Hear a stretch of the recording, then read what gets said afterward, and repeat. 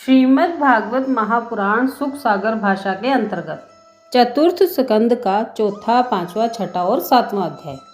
चौथा अध्याय सती जी का दक्ष प्रजापति के घर जाना तथा योग अग्नि द्वारा अपना देह त्याग करना।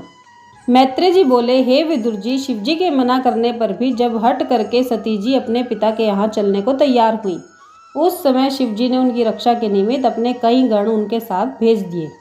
जब सती जी अपने पिता के घर यज्ञ में पहुंची तो दक्ष प्रजापति ने सती को देखकर उधर से अपना मुंह फेर लिया और उनसे कुशल क्षेम तक नहीं पूछी।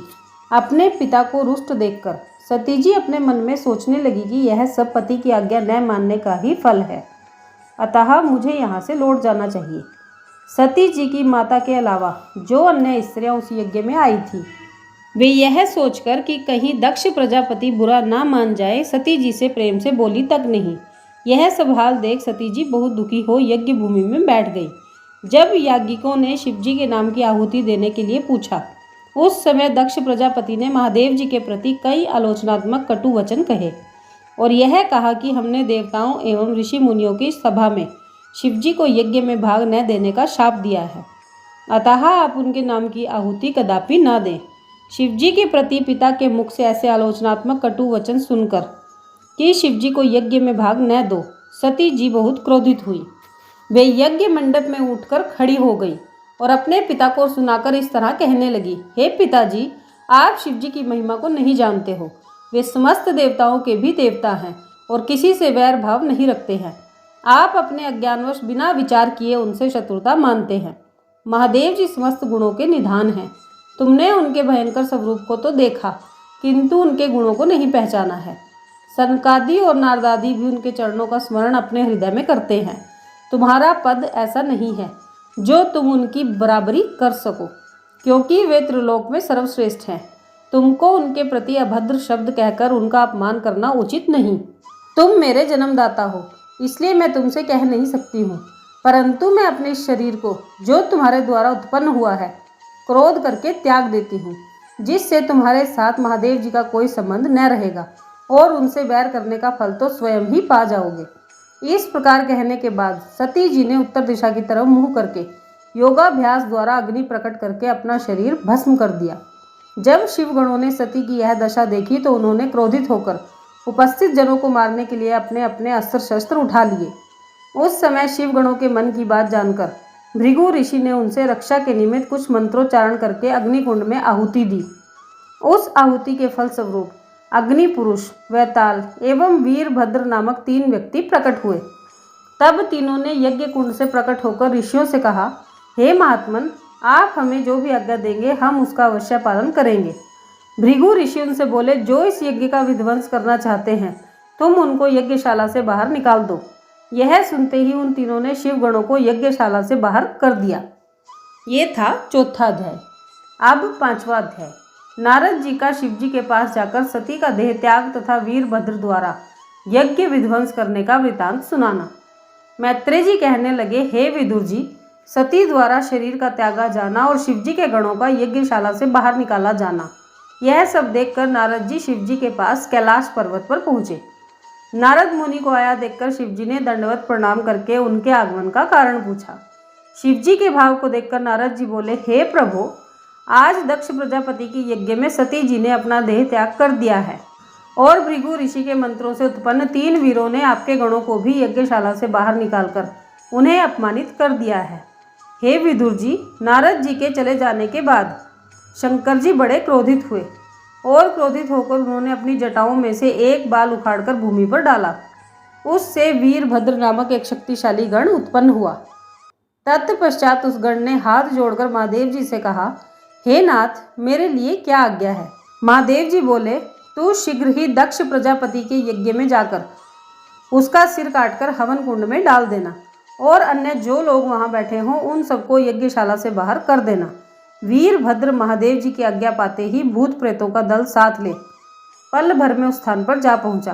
तदुपरांत उसने दक्ष प्रजापति का सिर काटकर हवन कुंड में डाल दिया और भृगु ऋषि की दाढ़ी उखाड़ दी।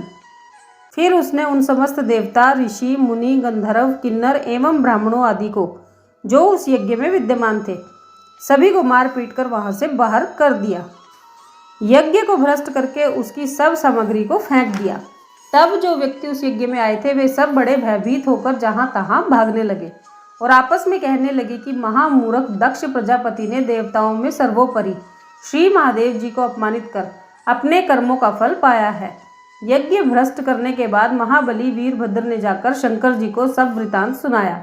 तत्पश्चात महादेव जी ने भी सती जी के देह त्याग को भगवत इच्छा समझकर अपना क्रोध शांत किया। सर्वांतर्यामी भगवान विष्णु एवं पितामह ब्रह्मा जी यह जानते थे कि दक्ष प्रजापति का यज्ञ अवश्य ही भ्रष्ट हो जाएगा, इसलिए वे उस यज्ञ में नहीं पधारे थे। ये था 5वां अध्याय। अब 6वां अध्याय। देवताओं एवं भृगु आदि ऋषियों का पितामह ब्रह्मा जी के पास जाकर उन्हें शिवजी के गण वीरभद्र का कृत्य सुनाना। मैत्रेय जी ने कहा, हे विदुर जी, जब वीरभद्र ने समस्त लोगों को मार पीट कर यज्ञशाला से बाहर कर दिया, तब उन लोगों ने ब्रह्मा जी के सम्मुख उपस्थित होकर समस्त विवरण कहा।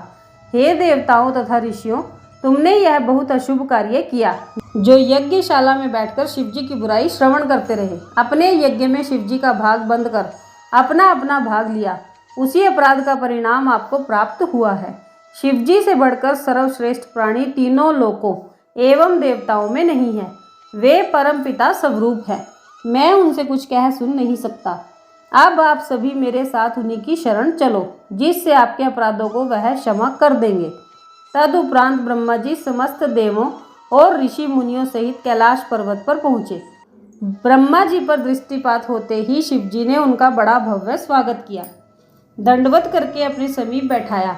तदुपरांत अन्य देवता आदि भी जो ब्रह्मा जी के साथ थे, शिवजी को दंडवत प्रणाम करके यथास्थान पर बैठ गए। शिवजी के हृदय में दक्ष प्रजापति से वैमनस्य होने तथा सती द्वारा देह परित्याग का शोक नहीं था। वे इन समस्त बातों को विस्मृत करके भगवत भक्ति में तल्लीन थे। उनके मस्तिष्क में ये बातें ही नहीं आई कि ब्रह्मा जी सभी देवों और ऋषियों का अपराध क्षमा कराने हेतु उनके समीप पधारे हैं। अतः ब्रह्मा जी के आगमन के उपरांत भी वे हरि चर्चा में व्यस्त रहे।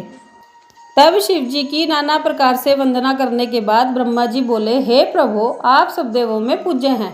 आपकी महिमा से दक्ष प्रजापति अनभिज्ञ थे। इसी अज्ञानवश उन्होंने आपका अपमान करने का उचित फल पाया है। इससे आपकी यशोगाथा में कोई कमी नहीं हुई है। जैसे कोई मनुष्य सूर्य पर थूके, परंतु वह थूक सूर्य पर न जाकर उसी के मुंह पर गिरता है, वही दशा दक्ष की भी हुई। अतः हे त्रिपुरारी, अब आपसे मेरी विनय यह है कि आप दक्ष के अपराध को क्षमा करें और वीरभद्र द्वारा जो घायल ऋषि मुनियों एवं देवताओं को आशीर्वाद देकर उनके अंगों को पुनः पहले जैसा तथा दक्ष प्रजापति फिर जीवित होकर अपना यज्ञ पूर्ण करें, जिससे समस्त देवता और ऋषि मुनि भी उस यज्ञ में अपना अपना भाग प्राप्त कर सके। यदि आप भी स्वयं मेरे साथ चलेंगे तो मैं विष्णु भगवान को भी विनय पूर्वक साथ ले आऊँगा। यज्ञ करने में जो साकल्य बच जाता है वही आपका भाग होगा। पितामह ब्रह्मा जी की विनती सुनकर शंकर जी बोले, हे ब्रह्मा जी, मैं किसी अज्ञानी व्यक्ति के कहने सुनने से रुष्ट नहीं होता हूँ। सती के देह त्याग देने से मुझे कुछ गुस्सा हो आया था, अतः दक्ष प्रजापति को अपने कर्मों का फल मिल गया। सती का तो इसी तरह देहांत लिखा था, क्योंकि हरि इच्छा ऐसी ही थी, सो पूरी हुई। अब आप जैसी आज्ञा करें मैं वैसा ही करूं। ये था 6वां अध्याय। अब 7वां अध्याय। शिवजी एवं ब्रह्मादि देवताओं का दक्ष प्रजापति के यज्ञ में आगमन और दक्ष का शिवजी के द्वारा पुनः जीवित होकर यज्ञ करना। श्री मैत्रेय जी बोले, हे विदुर जी, ब्रह्मा जी के बहुत आग्रह करने पर शंकर जी अन्य समस्त देवताओं तथा ऋषि मुनियों को साथ लेकर दक्ष प्रजापति के यज्ञ में पहुँचे और जो देवता वीरभद्र से भयभीत होकर जहाँ तहाँ भाग गए थे, वे सभी शंकर जी का आना सुनकर यज्ञशाला में आ गए। तब महादेव जी ने उन पर अपनी कृपा दृष्टि डालकर सबके अंगों की पीड़ा हर ली। भृगु ऋषि की दाढ़ी के स्थान पर बकरे की दाढ़ी लाकर लगा देने से वह पुनः जम गई। तब ब्रह्मा जी ने महादेव जी से विनय की, हे भगवान, दक्ष प्रजापति का मृतक देह अभी तक रखा है, अतः आप कृपा कर इसे भी जीवन दान दें। यह सुनकर शिवजी ने उत्तर देते हुए कहा, हे चतुरानन, वीरभद्र ने दक्ष के सिर को काटकर हवन कुंड में पटक दिया था। वह जल चुका है, इसलिए अब वह पुनः नहीं बन सकता। यद्यपि आप कहें तो यज्ञ बलि के बकरे का सिर काटकर और उसे दक्ष के धड़ पर रखकर दक्ष को पुनः सजीव कर दूं। ब्रह्मा जी ने यज्ञ के बकरे का सिर दक्ष प्रजापति के धड़ पर रखकर फिर से सजीव कर दिया। दक्ष प्रजापति ने पुनः जीवित होकर जब शंकर जी को देखा तो हाथ जोड़कर दंडवत प्रणाम करते हुए बोला, हे भगवान, मैंने आपकी महिमा को ना जानते हुए जैसा किया वैसा फल मुझे मिल गया। आपने मुझ अज्ञानी के अपराध को क्षमा कर अपनी विशाल प्रभुता का चमत्कार दिखाया है। इससे यह सिद्ध होता है कि परमेश्वर ने जिन्हें बड़ा बनाया है वे तुच्छ एवं मूर्ख व्यक्तियों की बात पर कोई ध्यान नहीं देते हैं। जब दक्ष प्रजापति ने इस प्रकार विनय करते हुए कहा तो अन्य जितने भी देवता, ऋषि, गंधर्व एवं किन्नर इत्यादि वहाँ उपस्थित थे वे भी शंकर जी की प्रभुता को देखकर उनकी प्रशंसा एवं विनती करने लगे। तत्पश्चात शंकर जी के कहने से दक्ष प्रजापति पुनः यज्ञ संपूर्ण करने के लिए आसन पर बैठ गए, जिसे ब्रह्मा, विष्णु एवं शिव जी ने समस्त देवताओं और ऋषि मुनियों समेत शास्त्र अनुसार यज्ञ को संपूर्ण कराया। यज्ञ के संपूर्ण होने पर यज्ञ पुरुष भगवान ने चतुर्भुज रूप से हवन कुंड से प्रकट हो वैजंती माला, कौस्तुभ मणि एवं सुगंधित पुष्पहार पहने गरुड़ पर विराजमान हो सब लोगों को दर्शन देकर कृतार्थ कर दिया। उनके देखते ही यज्ञशाला में जितने भी छोटे बड़े लोग बैठे थे उन सब ने खड़े होकर दंडवत प्रणाम कर हाथ जोड़कर उनकी स्तुति की। तत्पश्चात दक्ष प्रजापति ने यज्ञ पुरुष भगवान की विनती करके कहा, हे भगवान, मैंने यज्ञ के प्रारंभ में शंकर जी का अनादर किया था, इससे मेरा यज्ञ विध्वंस हो गया था। अब शंकर जी की कृपा दृष्टि से मुझे आपका दर्शन प्राप्त हुआ है।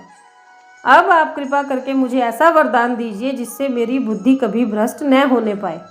इसी तरह समस्त देवताओं एवं ब्रह्मा, शिव, इंद्र और ऋषियों ने भी उन यज्ञ भगवान की वंदना की। तत्पश्चात यज्ञ भगवान ने दक्ष प्रजापति से कहा, हे दक्ष, त्रिपुरारी महादेव जी का अनादर करके तुमने अत्यंत ही अनुचित कार्य किया है। ब्रह्मा, विष्णु, महेश इन तीनों देवताओं को तुम एक ही समान जानो। जिन निराकार प्रभु को सभी मनुष्य जपते रहते हैं और जिनको उत्पन्न करने वाला समझते हैं उन्हीं के स्मरण करने से तुमको ज्ञान प्राप्त होगा। ये था 7वां अध्याय। बोलिए श्री कृष्ण चंद्र भगवान की जय। आज की वीडियो में बस इतना ही, फिर मिलेंगे अगली वीडियो में। राधे राधे।